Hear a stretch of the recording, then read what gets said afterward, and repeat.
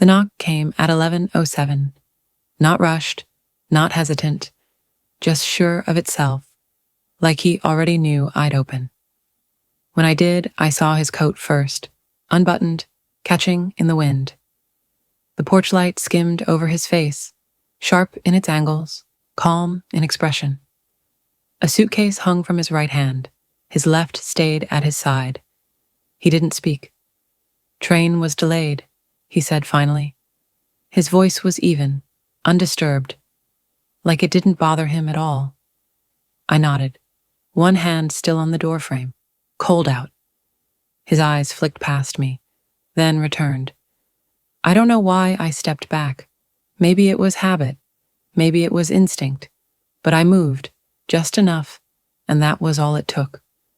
Theo stepped inside, quiet as ever. His suitcase landed softly against the wall. I didn't close the door all the way, not yet. "You want coffee?" I asked, already halfway to the kitchen.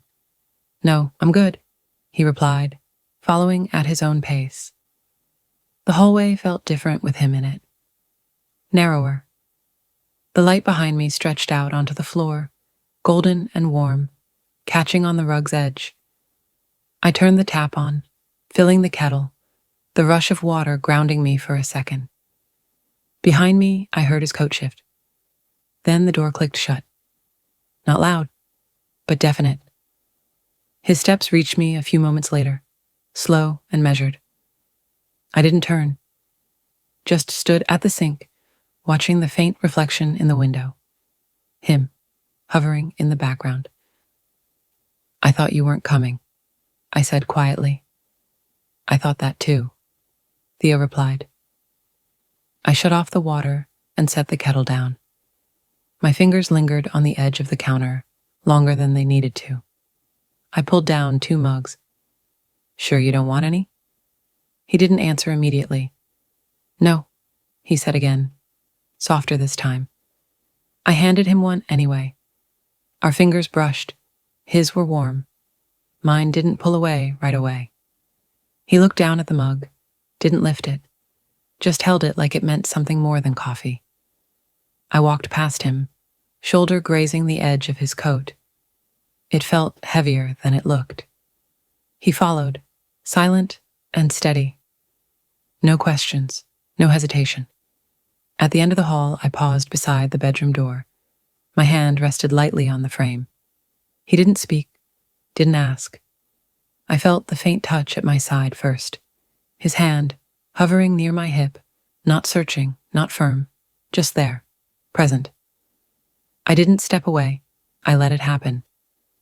His fingers moved slowly, tracing the curve of my back over the fabric of my shirt. When his hand settled, I placed mine over it. A small movement, but enough. I breathed differently then. We stepped inside together. This time, not me leading. Just us, side by side. The room was dim, curtains already drawn. I didn't flip the switch. Neither did he. He slid off his coat, folding it carefully and placing it on the chair. I reached to adjust the collar of my sweater, fingers lingering over the edge. I walked further in, heard his footsteps behind me. When I stopped, his hand landed near my arm. Firm, familiar. I touched his shoulder gently, pressing just under the collar of his shirt. He didn't flinch. Theo leaned closer. Calm, grounded. His palm found my cheek like it had done it 100 times in his mind. I rested my hand over his, not to guide, not to stop, just to feel it. The silence between us felt full, almost too full to break. He moved beside me as I sat on the edge of the bed. I didn't look at him right away, but I felt him. When I did lift my eyes, his were already there, watching, not waiting. I lay back, slow and steady. The blanket felt cool under my fingertips.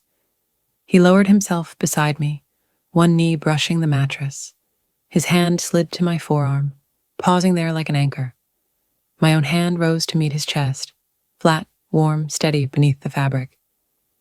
He leaned in, forehead against mine, just long enough to still everything else. and I let it. My fingers curled into his shirt, not pulling, just holding, just being still.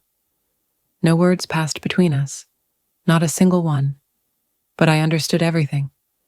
If someone like Theo showed up at your door, calm, unshaken, and exactly who you tried not to miss, how would you handle it?